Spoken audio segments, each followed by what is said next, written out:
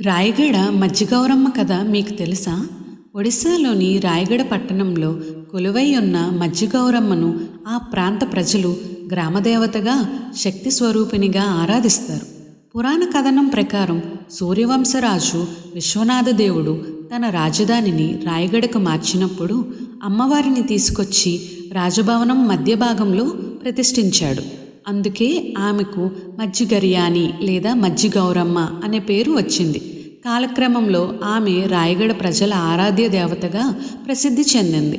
భక్తుల నమ్మకం ప్రకారం అమ్మవారు గుర్రంపై నగరాన్ని సంచరిస్తూ తన భక్తులను కష్టాల నుంచి కాపాడుతారని చెబుతారు. నిజమైన భక్తితో మొక్కుకుంటే కోరికలు నెరవేరుతాయని వేలాది మంది విశ్వసిస్తారు. ఇప్పటికీ ప్రతి బుధవారం, శుక్రవారం, ఆదివారం వేలాది మంది భక్తులు అమ్మవారిని దర్శించుకుంటారు. ముఖ్యంగా చైత్రపర్వ సమయంలో ఈ ఆలయం భక్తులతో కిటకిటలాడుతుంది. జై మజ్జిగౌరమ్మ తల్లి.